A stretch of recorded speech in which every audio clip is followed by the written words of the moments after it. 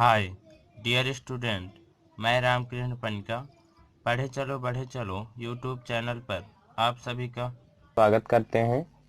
आज हम इस वीडियो में अंकगणित की आधारभूत प्रमेय को समझेंगे, जिसको इंग्लिश में कहते हैं फंडामेंटल थ्योरम ऑफ अरिथमेटिक।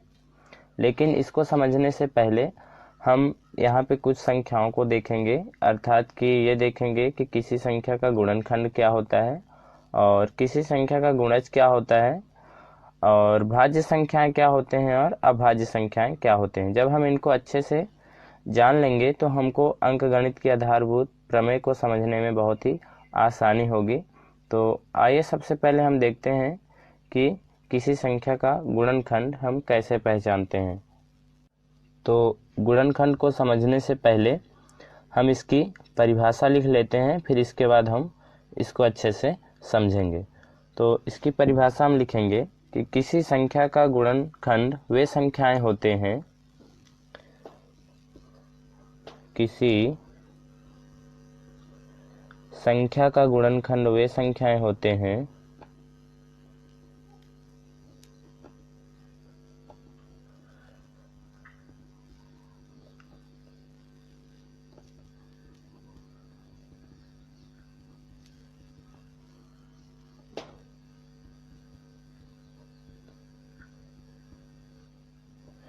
जो उस संख्या को पूरी तरह से विभाजित कर दें। तो अब हम गुणनखंड को समझते हैं। जैसे कि यहाँ पे हमने लिखा कि किसी संख्या का गुणनखंड वे संख्याएं होते हैं जो उस संख्या को पूरी तरह से विभाजित कर दें। तो जैसे हम मान लो कि 2 का गुणनखंड निकालेंगे तो ये देखेंगे कि ये 2 किससे किससे विभाजित होता है, और जिससे जिससे ये 2 विभाजित होगा वो सभी संख्याएं इस 2 के गुणनखंड होंगे। तो हम सबसे पहले इस 2 को 1 से विभाजित करते हैं, अर्थात कि 2 को 1 से भाग देते हैं। यदि शेषफल शून्य आ जाएगा तो हम समझ जाएंगे कि इस 2 को ये जो 1 है पूरी तरह से विभाजित कर रहा है। तो 1 का पहाड़ हम 2 बार पढ़ेंगे तो 2 आएगा। तो यहाँ से आप देख रहे होंगे 2 में 2 घटेगा तो शेषफल 0 प्राप्त होगा। अर्थात आप कह सकते हो कि ये जो 1 है इस 2 को पूरी तरह से विभाजित कर दिया। ठीक है, तब हम कहेंगे कि इस 2 का एक गुणनखंड 1 है। क्यों? क्योंकि ये 1 जो है इस 2 को पूरी तरह से विभाजित कर दिया है। और हमारा परिभाषा जो है यही कहता है कि किसी संख्या का गुणनखंड, जैसे हमने 2 लिया और इस संख्या का गुणनखंड वे संख्याएं होते हैं जो उस संख्या को, अर्थात कि 2 को पूरी तरह से विभाजित कर दे। तो आपने यहाँ पे देखा कि 1 जो है इस 2 को पूरी तरह से विभाजित कर दिया यहाँ पे, इसलिए ये जो 1 है 2 का एक गुणनखंड है। अब हम 2 को 2 से भाग करके देखते हैं। तो यहाँ से जब हम 2 को 2 से भाग करेंगे तो 2 एकम 2 हो जाएगा और यहाँ से शेषफल शून्य हो जाएगा। तो जब शेषफल शून्य प्राप्त हो जाए तो आप समझ जाइएगा कि ये पूरी तरह से विभाजित हो गया। तो यहाँ पे आपने देखा कि इस 2 को ये 2 भी पूरी तरह से विभाजित कर रहा है, इसलिए 2 का एक गुणनखंड 2 भी हो जाएगा। ठीक है ना? तो आप उम्मीद करता हूँ समझ गए होंगे। तो हम इसको 3 से चेक नहीं करेंगे, अर्थात कि 2 को अब हम 3 से भाग देकर ये चेक नहीं करेंगे कि ये पूरी तरह से विभाजित होता है कि नहीं, है ना। और क्यों चेक नहीं करेंगे? क्योंकि किसी भी संख्या का गुणनखंड उस संख्या से बड़ा नहीं होता है। ठीक है, जैसे 2 का गुणनखंड 3 नहीं होगा। क्यों? क्योंकि इससे बड़ा है 3। और किसी भी संख्या का गुणनखंड 2 से बड़ा, अर्थात कि उस संख्या से बड़ा नहीं हो सकता। तो इस बात को आप ध्यान से समझिएगा। एक बार हम पुनः बोल देते हैं कि किसी भी संख्या का गुणनखंड जो होता है वो उस संख्या से बड़ा नहीं होता है। ठीक है, उस संख्या से छोटा ही होगा उसके गुणनखंड। जैसे यहाँ पे आप देख रहे हैं, या फिर बराबर होगा। जैसे यहाँ पे आप देख रहे होंगे इस 2 का गुणनखंड 1 है और 2 है, जो कि इस 2 के बराबर है, इससे बड़ा नहीं है, है ना। इनमें कोई भी संख्या इससे बड़ा है, बराबर हो सकता है। किसी भी संख्या का गुणनखंड बराबर हो सकता है उस संख्या के, लेकिन उससे बड़ा नहीं हो सकता है। तो यहाँ पे आपने देखा कि 2 के गुणनखंड 2 हैं, 1 और 2। ठीक है, हम कुछ और उदाहरण लेते हैं। जैसे मान लीजिए हम 4 लेते हैं और देखते हैं कि 4 के गुणनखंड कितने होंगे। तो हम सबसे पहले इसको 1 से भाग देंगे।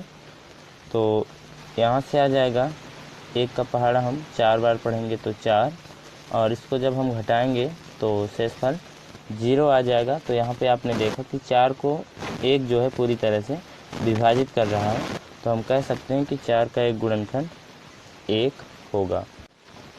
अब हम 4 को 2 से भाग करके देख लेते हैं, तो यहाँ से 2 दूना 4 और ये घट के हो जाएगा 0, ठीक है। तो यहाँ से आपने देखा कि 2 भी 4 को पूरी तरह से विभाजित कर रहा है, इसलिए 2 4 का गुणनखंड होगा। अब हम 3 से देख लेते हैं, 4 को जब हम 3 से भाग देंगे तो 3 एकम 3 आगे। यहाँ से देख रहे हैं शेषफल शून्य नहीं प्राप्त हुआ है, अर्थात कि 1 शेषफल हमको मिला है, इसलिए हम कहेंगे कि 4 को जो 3 है पूरी तरह से विभाजित नहीं कर रहा है, इसलिए 3 जो है 4 का गुणनखंड नहीं होगा, ठीक ना। अगर ये पूरी तरह से विभाजित करता 4 को, कौन 3, तब ये 3 जो है इस 4 का गुणनखंड होता। लेकिन यहाँ पे आपने देखा कि पूरी तरह से विभाजित नहीं कर रहा है, अर्थात कि शेषफल 1 बच रहा है, इसलिए 3 जो है 4 का गुणनखंड नहीं होगा। अब हम 4 को 4 से भाग देंगे तो यहाँ से हमें मिलेगा 4 एकम 4। यहाँ पे आपने देखा कि शेषफल शून्य हमें प्राप्त हो गया है, इसलिए हम कह सकते हैं कि 4 जो है 4 को पूरी तरह से विभाजित कर रहा है, इसलिए 4 का एक गुणनखंड 4 होगा, ठीक है ना। यदि आप सोच रहे हैं कि शून्य से भाग देंगे तो क्या होगा, तो मैं आपको बता दूं कि किसी भी संख्या को शून्य से भाग देना परिभाषित नहीं है, ठीक है ना, इसलिए हम उसको शून्य से चेक नहीं करेंगे, ठीक है ना। क्या कि किसी भी संख्या को शून्य से भाग देना परिभाषित नहीं है, ठीक है ना। अब हम 6 का गुणनखंड निकालते हैं, आप 5 का भी निकाल सकते हैं, ठीक है ना। तो 6 का जब हम गुणनखंड निकालेंगे तो 6 को 1 से भाग देंगे तो पूरी तरह से विभाजित हो जाएगा, इसलिए इसका एक गुणनखंड 1 हो जाएगा। जब हम 6 को 2 से भाग देंगे तो 2 भी 6 को पूरी तरह से विभाजित कर देगा, इसलिए 6 का एक गुणनखंड 2 भी हो जाएगा। जब हम 6 को 3 से भाग देंगे तो 3 भी 6 को पूरी तरह से विभाजित कर देगा, इसलिए 6 का एक गुणनखंड 3 भी होगा। जब हम 6 को 4 से भाग देंगे, 6 को 4 से भाग देंगे तो ये जो 4 है इस 6 को पूरी तरह से विभाजित नहीं करता है, इसलिए 4 जो है इस 6 का गुणनखंड नहीं होगा। 5 से ऐसे ही भाग देंगे तो 5 भी पूरी तरह से विभाजित नहीं करेगा, इसलिए 6 का गुणनखंड 5 भी नहीं होगा। जब हम 6 को 6 से विभाजित करेंगे तो 6 पूरी तरह से विभाज्य कर देगा 6 को, इसलिए 6 का एक गुणनखंड 6 होगा। तो यहाँ से हम एक निष्कर्ष निकाल रहे हैं, वो क्या है यहाँ पे ध्यान दीजिएगा। तो यहाँ पे आप ध्यान से देखिए, जैसे आप देख रहे होंगे कि 2 का भी एक गुणनखंड 1 है, 4 का गुणनखंड 1 है और 6 का गुणनखंड 1 है। तो यहाँ से आप एक बात कह सकते हो कि ये जो 1 होता है प्रत्येक संख्या का गुणनखंड होता है। क्या 1 जो है प्रत्येक संख्या का गुणनखंड होता है, ठीक है ना। तो इसको आप ध्यान में रखिएगा। और एक बात हम यहाँ पे और देख रहे हैं कि ये 2 जो है इसका गुणनखंड जब हमने निकाला तो इसका गुणनखंड 2 भी आया। 4 का जब हमने गुणनखंड निकाला तो गुणनखंड में 4 आया। 6 का जब हमने गुणनखंड निकाला तो उसके गुणनखंड में 6 आया। तो यहाँ से हम एक बात और कह सकते हैं कि प्रत्येक संख्या स्वयं अपना एक गुणनखंड होती है, ठीक ना। प्रत्येक संख्या स्वयं अपना एक गुणनखंड होती है। तो इसको हम नोट के रूप में लिखाए दे रहे हैं, तो आप लिख लीजिएगा। तो यहाँ पे हम 4 नोट्स लिखा दे रहे हैं जो कि आपको ध्यान में रखना है, और ये सब छोटी छोटी बातें आपको मालूम ही होना चाहिए। तो यहाँ पे हमने पहला नोट्स लिखा है कि एक प्रत्येक संख्या का गुणनखंड होता है, जैसे आपने देखा है। आप और अगर संख्याओं का गुणनखंड निकालेंगे तो उसमें भी 1 आएगा, ठीक ना, मतलब उन संख्याओं का भी गुणनखंड 1 होगा, ठीक ना। दूसरा नोट्स है प्रत्येक संख्या स्वयं अपना एक गुणनखंड होती है, जैसा कि आपने देखा 2 का गुणनखंड 2 होता है, 4 का 4, 6 का 6, है ना। 6 के गुणनखंड में 6 है, इसलिए हमने कहा कि प्रत्येक संख्या स्वयं अपना एक गुणनखंड होती है। और हमारा तीसरा नोट है कि किसी संख्या का गुणनखंड उस संख्या से छोटा या बराबर होता है। तो यहाँ पे आपने देखा जैसे हमने 2 का गुणनखंड निकाला तो या तो 2 से छोटा ही है, उसके बराबर है ना, या फिर 2 के बराबर ही है। जैसे 4 में तो जो गुणनखंड है 4 के वो 4 से छोटे ही हैं या फिर 4 के बराबर हैं। ऐसे ही 6 में, ठीक ना। तो यही लिखा है कि किसी संख्या का गुणनखंड उस संख्या से छोटा या बराबर होता है, ठीक है। तो इसको भी आप ध्यान में रखिएगा। और यहाँ पे चौथा नोट्स हमने लिखा है कि एक दी हुई संख्या के गुणनखंडों की संख्या परिमित होती है। जैसे 2 के गुणनखंडों की संख्या परिमित है, अर्थात कि निश्चित है कि 2 के गुणनखंड 2 ही होंगे, 1 और 2। 4 के गुणनखंड 3 ही होंगे, 1, 2 और 3। 6 के गुणनखंड 4 हैं, है ना, तो ये निश्चित है, इतने ही होंगे, इससे अधिक ना कम होगा, ठीक ना, ना तो इससे अधिक हम निकाल सकते हैं ना ही कम, ये फिक्स है। इसीलिए लिखा है कि एक दी हुई संख्या के गुणनखंडों की संख्या परिमित होती है। परिमित का मतलब निश्चित होती है, ठीक है ना। तो उम्मीद करता हूँ आप गुणनखंड के बारे में समझ गए होंगे। अब हम आते हैं और देखते हैं कि गुणज क्या होता है। तो गुणज को समझने के लिए सबसे पहले हम इसकी परिभाषा लिखते हैं, फिर इसके बाद अच्छे से समझेंगे। तो इसकी परिभाषा हम कुछ इस तरीके से लिख सकते हैं कि किसी संख्या का गुणज उस संख्या का पहाड़ा अर्थात कि टेबल ही होता है। क्या बोला हमने कि किसी संख्या का गुणज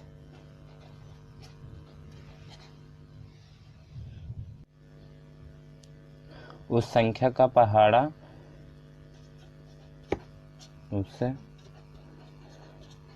संख्या का पहाड़ा अर्थात कि टेबल ही होता है।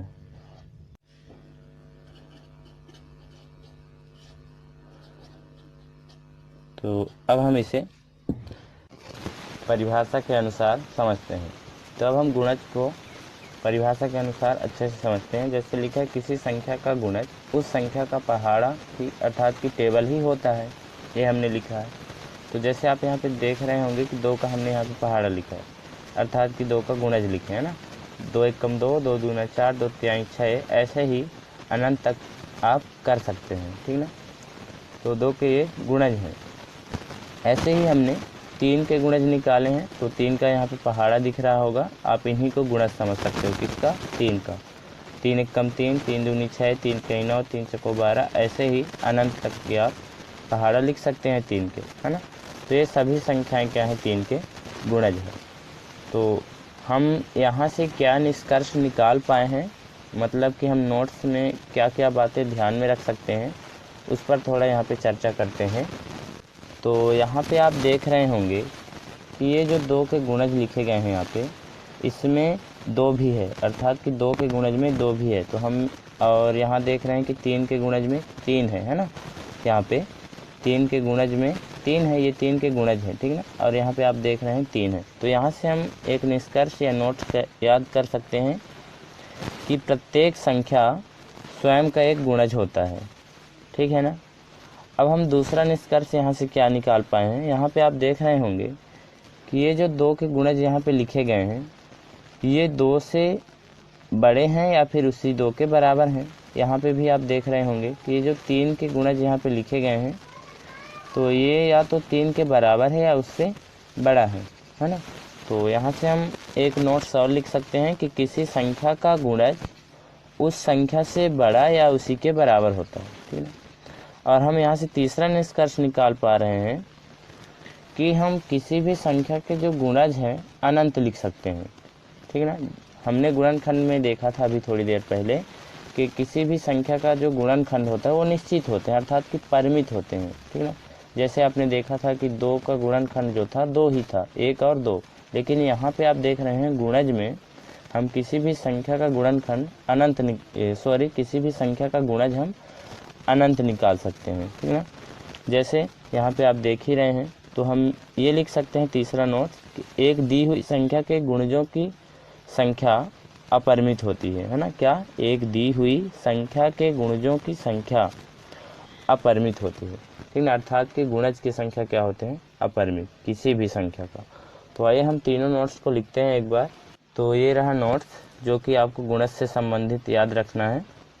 पहला नोट्स है कि प्रत्येक संख्या स्वयं का एक गुणज होता है, आप यहाँ पे देख भी रहे होंगे, अभी आपने समझा है। और दूसरा लिखा है किसी संख्या का गुणज, जैसे 3 का गुणज है ना, उस संख्या से बड़ा या उसी के बराबर होता है। तो आप देख रहे होंगे कि 3 के ही बराबर है या फिर उसी के बड़ा है, मतलब उसी से बड़ा है, ठीक ना। तो यही लिखा है कि किसी संख्या का जो गुणज होता है उस संख्या से बड़ा या उसी के बराबर होता है। और हमारा तीसरा नोट्स है कि एक दी हुई संख्या के गुणजों की संख्या अपरिमित होती है। क्या?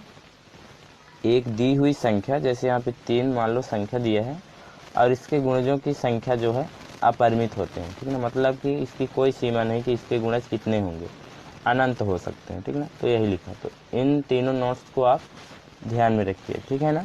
ये छोटी छोटी बातें हैं, आपको आना चाहिए। अब हम देखते हैं कि भाज्य संख्या क्या होते हैं।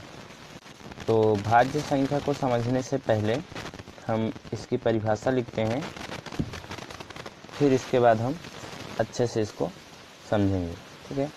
तो इसकी परिभाषा हम लिख सकते हैं कि वे संख्याएं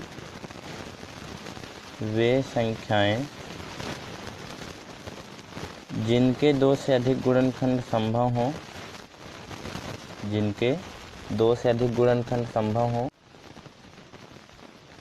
लेकिन सारे गुणनखंड अलग अलग हों,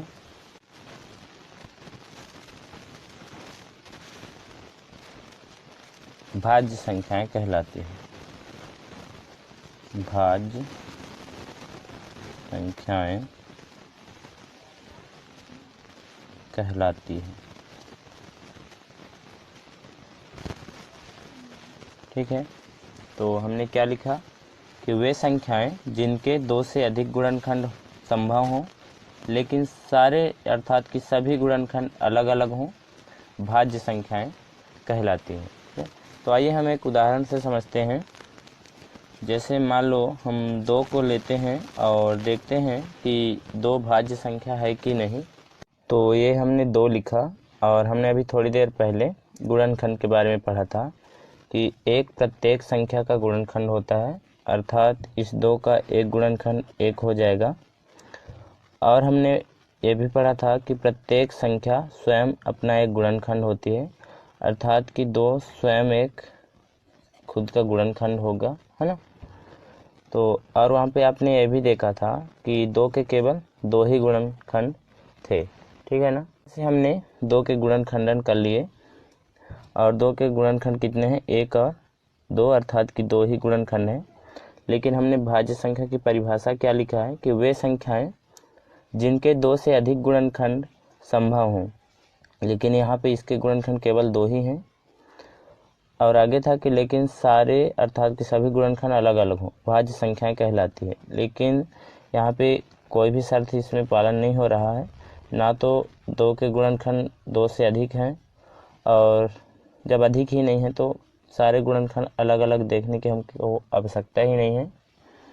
यहाँ पे हम देख रहे हैं कि 2 के जो गुणनखंड हैं 2 ही हैं, अर्थात कि 2 से अधिक नहीं है, इसलिए इस 2 को हम कह सकते हैं कि ये भाज्य संख्या नहीं है, ठीक है ना।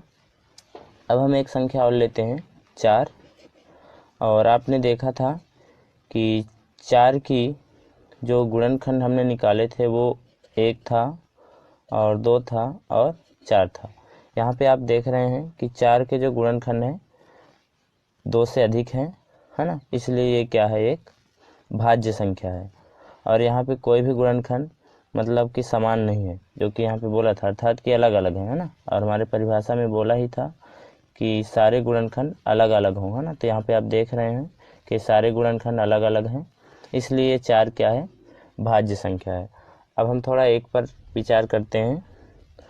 तो हम गुणनखंड में जो नोट्स लिखे थे उसके अनुसार यदि हम इसके गुणनखंड करें तो एक प्रत्येक संख्या का गुणनखंड होता है, ये पढ़ा था, तो एक इसका गुणनखंड हो जाएगा। और ये भी पढ़ा था कि संख्या स्वयं एक अपना खुद का एक गुणनखंड होता है, तो यहाँ पे एक हो जाएगा, ठीक है। यहाँ पे आपने देखा कि इसके एक गुणनखंड हो गए। लेकिन आप यहाँ परिभाषा में देखिए क्या लिखा कि वे संख्याएं जिनके 2 से अधिक गुणनखंड संभव हों, है ना, लेकिन सारे गुणनखंड अलग अलग हों। यहाँ पे आप देख रहे हैं कि ये जो गुणनखंड है ये समान है, लेकिन हमारी परिभाषा में कहा है कि सारे गुणनखंड अलग अलग होने चाहिए। और एक तो ये अलग अलग नहीं है, और दूसरी बात ये कि इसके मतलब 2 से अधिक गुणनखंड भी नहीं है, इसलिए आप कह सकते हो कि एक जो है भाज्य संख्या नहीं है, ठीक है। हम 5 को देखते हैं। तो 5 के जो गुणनखंड हो जाएंगे 1 होगा और खुद यह 5 होगा, ठीक है ना। तो यहाँ से आप देख रहे हैं इसके 2 से अधिक गुणनखंड नहीं है, इसलिए 5 भी क्या है, भाज्य संख्या नहीं है। हम 6 को देखते हैं। तो जब हम 6 का गुणनखंड निकालेंगे तो 1 आएगा, 2, 3 और 6। यहाँ पे आप देख रहे हैं कि जो 6 के गुणनखंड हैं 2 से अधिक हैं और सभी अलग अलग हैं, इसलिए 6 क्या है, भाज्य संख्या है। ठीक है, उम्मीद करता हूँ आप भाज्य संख्या समझ गए होंगे। ठीक है, अब हम देखते हैं कि अभाज्य संख्या क्या होते हैं। तो अभाज्य संख्या को समझने से पहले हम इसकी परिभाषा लिखते हैं, फिर परिभाषा के माध्यम से हम अभाज्य संख्या को अच्छे से समझेंगे। तो हम इसकी परिभाषा कुछ इस तरीके से लिख सकते हैं कि वे संख्याएं जिनके केवल 2 गुणनखंड संभव हों लेकिन दोनों गुणनखंड अलग अलग हों, अभाज्य संख्याएं कहलाएंगी। ठीक है, तो आइए हम इसका परिभाषा यहाँ पे लिख ही लेते हैं। तो हमने बोला वे संख्याएं जिनके केवल 2 गुणनखंड संभव हैं या हों, वे संख्याएं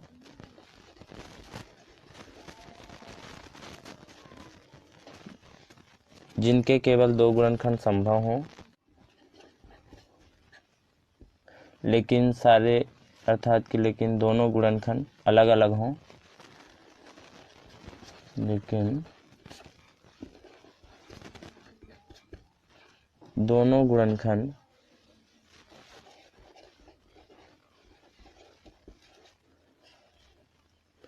अलग अलग हों, अभाज्य संख्याएं कहलाती हैं।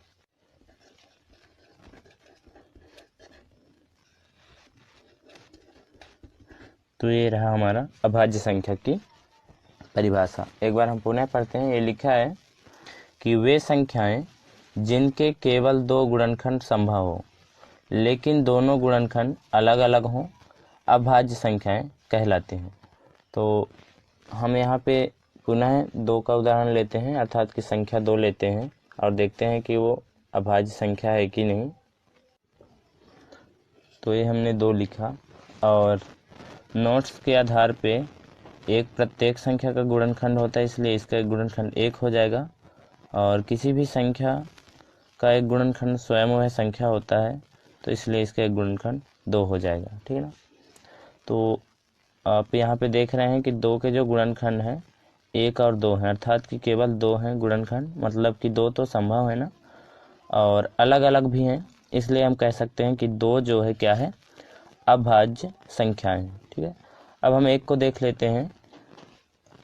तो नोट्स के अनुसार 1 जो है प्रत्येक संख्या का गुणनखंड होता है, इसलिए ये हो गया। और दूसरे नोट्स के अनुसार कि संख्या स्वयं अपना एक गुणनखंड होता है, इसलिए इसका गुणनखंड 1 हो जाएगा। तो यहाँ पे परिभाषा के अनुसार कि वे संख्याएं जिनके केवल 2 गुणनखंड संभव हो, तो यहाँ 2 गुणनखंड तो हम नोट्स के आधार पे लिख दिए, लेकिन आगे हमारी परिभाषा में कहा है कि लेकिन दोनों गुणनखंड अलग अलग हों। तो यहाँ पे आप देख रहे होंगे कि दोनों गुणनखंड समान हैं, इसलिए ये जो संख्या है अभाज्य संख्या नहीं कहलाएगी। ठीक है, तो आप एक नोट डाल लीजिए। वो नोट क्या होगा, आपने 1 को देखा था कि जो अभी हमने भाज्य संख्या पढ़ा था उसमें भी हमने इसको कहा था कि ये भाज्य संख्या नहीं है। नोट में लिख लीजिए, क्या लिखेंगे, 1 ना तो अभाज्य संख्या है, 1 ना तो अभाज्य संख्या है और ना ही भाज्य संख्या है, और ना ही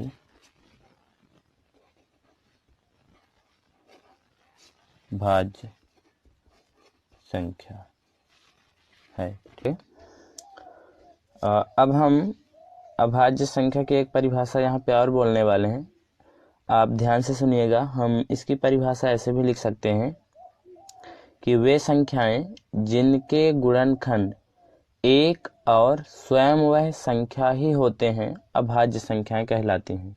हमने क्या बोला, एक बार पुनः सुनिएगा कि वे संख्याएं जिनके गुणनखंड 1 और स्वयं वह संख्या ही होते हैं, जैसे यहाँ पे आपने देखा कि 2 के गुणनखंड 1 है और स्वयं 2 है ना। तो यही बोल रहे हैं कि वे संख्याएं जिनके गुणनखंड 1 और स्वयं वह संख्या ही होते हैं, अभाज्य संख्याएं कहलाती हैं। ठीक ठीक ना। जैसे आप 5 को देख सकते हैं, 5 एक अभाज्य संख्या है, तो इसका जब हम गुणनखंड करते हैं तो हमें 1 मिलता है और स्वयं यह संख्या 5 मिलता है, इसलिए ये 5 क्या है, अभाज्य संख्या है ना। ऐसे आप 7 को देख सकते हो, 7 का एक गुणनखंड 1 होगा और 7 होगा, ठीक ना। तो ये सब संख्याएं क्या हैं, अभाज्य संख्याएं हैं। उम्मीद करता हूँ आप अभाज्य संख्या को समझ गए होंगे। तो अभी आपने समझा गुणनखंड क्या होते हैं, गुणज, और भाज्य संख्या क्या होते हैं, अभाज्य संख्या क्या होते हैं। अब हम इन्हीं बेसिक्स के आधार पे हम समझेंगे कि अंकगणित की आधारभूत प्रमेय क्या होता है, ठीक है। तो आइए हम देखते हैं अंकगणित की आधारभूत प्रमेय क्या है। तो ये रहा हमारा हेडिंग, अंकगणित के आधारभूत प्रमेय। इसको समझने से पहले हम यहाँ पे ये लिख लेते हैं कि अंकगणित के आधारभूत प्रमेय क्या कहता है। तो यहाँ पे हम लिखेंगे या कहें कि अंकगणित के आधारभूत प्रमेय ये कहता है कि प्रत्येक भाज्य संख्या को अभाज्य संख्याओं के एक गुणनफल के रूप में व्यक्त किया जा सकता है, और तथा यह गुणनखंड अभाज्य गुणनखंडों के आने वाले क्रम के बिना अद्वितीय होता है। तो आइए हमने अभी जो बोला उसको लिखते हैं। हमने कहा कि प्रत्येक भाज्य संख्या को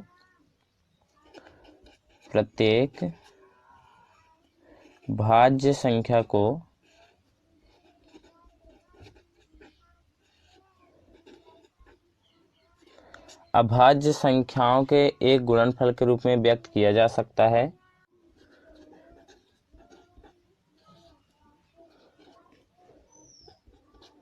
तथा यह गुणनखंडन अभाज्य गुणनखंडों के आने वाले क्रम के बिना अद्वितीय होता है, तथा यह गुणनखंडन अभाज्य गुणनखंडों के आने वाले क्रम के बिना अद्वितीय होता है। तो ये हमने इसकी प्रमेय जो है कहता है वो हमने यहाँ पे लिखा है। क्या लिखा है कि प्रत्येक भाज्य संख्या को अभाज्य संख्याओं के एक गुणनफल के रूप में व्यक्त किया जा सकता है। ये इसका पहला भाग यही कहता है, अंकगणित के आधारभूत प्रमेय का ये पहला भाग हो सकता है यहाँ तक कि प्रत्येक भाज्य संख्या को अभाज्य संख्या के एक गुणनफल के रूप में व्यक्त किया जा सकता है। फिर इसका दूसरा भाग ये कहता है कि तथा यह गुणनखंडन अभाज्य गुणनखंडों के आने वाले क्रम के बिना अद्वितीय होता है। अद्वितीय का मतलब केवल और केवल एक ही होता है। अब हम इसको एक उदाहरण से समझते हैं तो आपको अच्छी तरह से समझ में भी आ जाएगा। तो मान लो इसे समझने के लिए हम एक भाज्य संख्या ले लेते हैं 80, ठीक है। अब हम क्या करते हैं, इसका अभाज्य गुणनखंड करते हैं कुछ इस विधि से। तो यहाँ पे 2 चौको 8 और ये शून्य हो जाएगा, फिर 2 दूनी 4 और ये शून्य हो जाएगा, 2 शून्य हम शून्य, है ना। और यहाँ से 2 एक कम 2 और यहाँ से शून्य हो जाएगा, और 2 पंचे 10 और 5 एक कम 5। हम 80 को कुछ इस तरीके से लिख सकते हैं कि 80 बराबर 2 गुणे 2 गुणे 2 गुणे 2 गुणे 5, ठीक है। हम इस तरीके से 80 को लिख सकते हैं, ठीक है। तो यहाँ पे आप देख रहे होंगे जितने भी संख्याएं हैं ये सभी क्या हैं, अभाज्य संख्याएं हैं। यहाँ पे भी आप देख सकते, इन्हीं को तो हमने यहाँ पे लिखा है, तो ये भी क्या है, अभाज्य संख्याएं हैं। हम इस रूप में किसको लिखा है, 80 को लिखा है, ठीक है।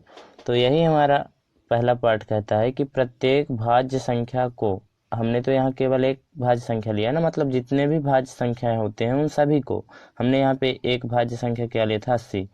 यहाँ पे लिखा प्रत्येक भाज्य संख्या को अभाज्य संख्याओं के एक गुणनफल के रूप में व्यक्त किया जा सकता है। यहाँ पे आप देख रहे हो ये क्या है, अभाज्य संख्याओं के एक गुणनफल है ना। इनको जब हम गुणा करेंगे तो हमको 80 मिलेगा। तो हम इस भाज्य संख्या को इस तरह से अभाज्य संख्याओं के एक गुणनफल के रूप में व्यक्त किया है ना। तो यही कहा है कि प्रत्येक भाज्य संख्या को अभाज्य संख्याओं के गुणनफल के रूप में व्यक्त किया जा सकता है, ठीक ना। फिर आगे हमारा दूसरा पार्ट कहता है कि तथा यह गुणनखंडन, मतलब ये जो है अभाज्य गुणनखंडों के आने वाले क्रम के बिना, अर्थात यदि हम इसको ऐसे लिख दें 5 गुणे 2 गुणे 2 गुणे 2 गुणे 2, अर्थात कि अगर हम इसके क्रम पर विचार न करें, ठीक है ना, तो ये समान माना जाएगा। यही लिखा है, यह गुणनखंडन अभाज्य गुणनखंडों के आने वाले क्रम के बिना, अर्थात अगर हम संख्याओं को आगे पीछे कर दें, है ना, तो अद्वितीय होता है। अर्थात कि इसे लिखने की केवल और केवल एक ही विधि होगी, ठीक ना। अद्वितीय का मतलब इसके अलावा और कोई विधि नहीं है, अर्थात कि इसके अभाज्य गुणनखंडों में इन संख्याओं के अलावा और कोई भी अभाज्य संख्या नहीं आ सकता, ठीक ना। इसका प्रमेय का मतलब यही है, ठीक ना। तो उम्मीद करता हूँ आप समझ गए होंगे। हम एक और उदाहरण लेते हैं, अर्थात कि एक और भाज्य संख्या लेते हैं और इसको अच्छे से समझते हैं। जैसे मान लो हम भाज्य संख्या लेते हैं 210, ठीक। अब हम इसका फैक्टराइज करते हैं तो ये हो जाएगा 2 एकम 2 और 2 शून्यम शून्य और 2 पंचा 10।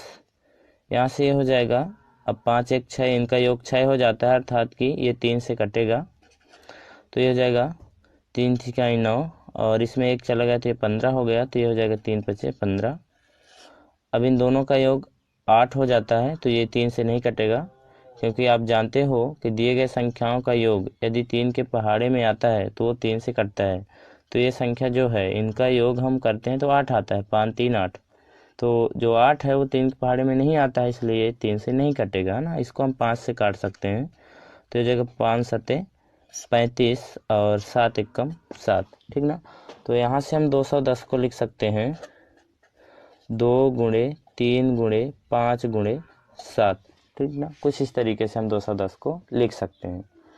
तो यहाँ पे आपने देखा कि हम इस भाज्य संख्या को अभाज्य संख्या के गुणनफल के रूप में यहाँ पे व्यक्त कर दिया, है ना। ये हमारा पहला पार्ट कहता है अंकगणित के आधारभूत प्रमेय, कि हम प्रत्येक भाज्य संख्या को अभाज्य संख्याओं के एक गुणनफल के रूप में व्यक्त मतलब कर सकते हैं, ठीक ना।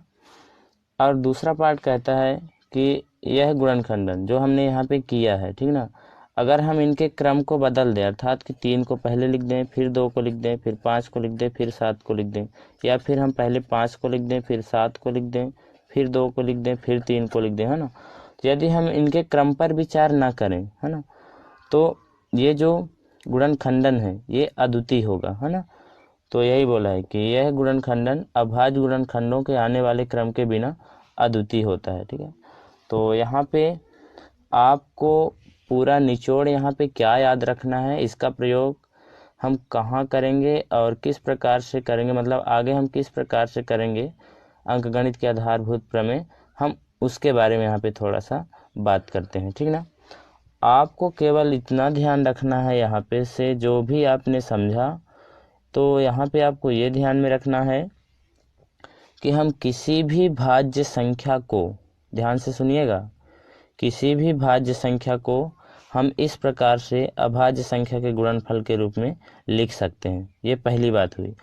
और दूसरी बात ये ध्यान रखना है कि जब हमने इसको इस रूप में लिख दिया, ठीक है, तो इसके अलावा और कोई भी अभाज्य संख्या हम इसमें नहीं लिख सकते हैं, अर्थात कि 210 के अभाज्य गुणनखंड में 2 3 5 7 के अलावा और कोई भी अभाज्य संख्या नहीं आएगा, ठीक ना। तो ये ध्यान में रखना, यही बोला है कि अद्वितीय होता है। तो आप एकदम ठान लो कि अगर हमने किसी भी भाज्य संख्या का अभाज्य गुणनखंड कर दिया इस रूप में, तो उसके अलावा और कोई होगा भी नहीं, है ना। यही ध्यान में रखना है। अगर आपने इतने बात को एकदम से ध्यान में रख लिया, तो आगे के सवाल जब हम हल करेंगे वहाँ पे जो चीज़ समझाएंगे बहुत ही आसानी से समझ में आएगा। हम एक बात पुनः बोलते हैं कि हमें क्या ध्यान में रखना है, ठीक ना। एक बार हम फिर से बोल रहे हैं, आपको पहली बात ध्यान में रखना है कि किसी भी भाज्य संख्या को हम क्या कर सकते हैं, अभाज्य संख्याओं के गुणनफल के रूप में लिख सकते हैं। जैसे हमने 210 को यहाँ पे लिखा, इस तरह से अभाज्य संख्याओं के गुणनफल के रूप में लिखा, है ना, ये हुआ। और दूसरी बात आपको ध्यान में रखना है कि केवल और केवल यही गुणनखंड जो हमने यहाँ पे लिख दिया यही होगा 210 का अभाज्य गुणनखंड, इसके अलावा और कुछ भी नहीं होगा, ठीक ना।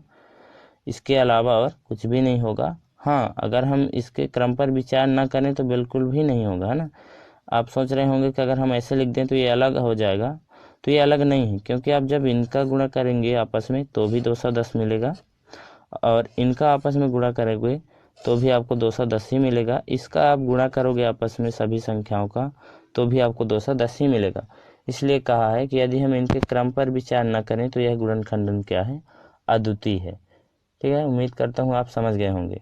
ठीक है, हम एक बार पुनः बोलते हैं, आपको ध्यान में ये रखना कि यदि हम 16 का यहाँ पे अभाज्य गुणनखंड कर दिए, जैसे 2 अट्ठे 16, 2 चौको 8 और 2 दूना 4, 2 एकम 2, तो अब आपको समझ जाना है कि 16 के अभाज्य जो गुणनखंड है इसको हम केवल इसी रूप में व्यक्त कर सकते हैं, इसके अलावा यहाँ पे कोई भी अभाज्य संख्या नहीं आएगा। यही होगा तो होगा, इतना ही होगा तो होगा। जो हमने निकाल दिया यहाँ पे अभाज्य गुणनखंड, मतलब जो भी अभाज्य संख्या हमने यहाँ पे निकाली, ये सभी अभाज्य संख्या है ना। 2 अभाज्य संख्या भी आपने थोड़ी देर पहले समझा। तो आप कह सकते हो कि 16 के अभाज्य गुणनखंड में केवल 2 ही आ सकते हैं, इसके अलावा और कोई नहीं आ सकते। ठीक ना, कोई भी संख्या अर्थात कि कोई भी अभाज्य संख्या नहीं आ सकती, ये ध्यान में रखना है। ठीक ना, तो यही कहता है अंकगणित के आधारभूत प्रमेय कि अगर हमने किसी भी संख्या अर्थात किसी भी भाज्य संख्या का अभाज्य गुणनखंडन किया तो जो भी हमने किया और जो आया उसके अलावा और कुछ आ भी नहीं सकता। ठीक है ना, जैसे अगर हम 10 का गुणनखंडन यहाँ पे करें, ये भाज्य संख्या है, यदि हम इसका अभाज्य गुणनखंडन करते हैं तो ये हो जाएगा 2 पंचा 10 और 5 एकम 5। तो हम 10 को लिख सकते हैं 2 गुणे 5। यहाँ पे आपने देखा कि 10 के मतलब संख्या 10 के जो अभाज्य गुणनखंड है, संख्या 10 में जितने भी अभाज्य गुणनखंड होते हैं वो क्या है, 2 और 5। ठीक है, इसके अलावा और कोई भी संख्या आ भी नहीं सकता, बस यही ध्यान में रखना है। जैसे अगर हम 15 का अभाज्य गुणनखंड करें, किसका, 15 का, तो यहाँ से हो जाएगा 3 से कटे गए 3 पचे 15 और 5 एकम 5। तो 15 में कितने मतलब 15 के जब हम गुणनखंडन करते हैं कितने अभाज्य संख्या आते हैं, 3 और 5, है ना। इसके अलावा और कुछ भी अभाज्य संख्या आ भी नहीं सकता इस 15 के अभाज्य गुणनखंड करने से। ठीक ना, 3 और 5 ही इस संख्या के अभाज्य गुणनखंड करने से आएगा, है ना। ठीक है, तो यही ध्यान में रखना है, इसके अलावा नहीं आ सकता, ये अद्वितीय है, मतलब केवल और केवल यही होगा। यही आपका क्या कहता है, अंकगणित के आधारभूत प्रमेय। ठीक है, तो उम्मीद करता हूँ आप समझ गए होंगे। अब हम अपने नेक्स्ट वीडियो में क्या क्या पढ़ेंगे उसके बारे में थोड़ा सा बात कर लेते हैं।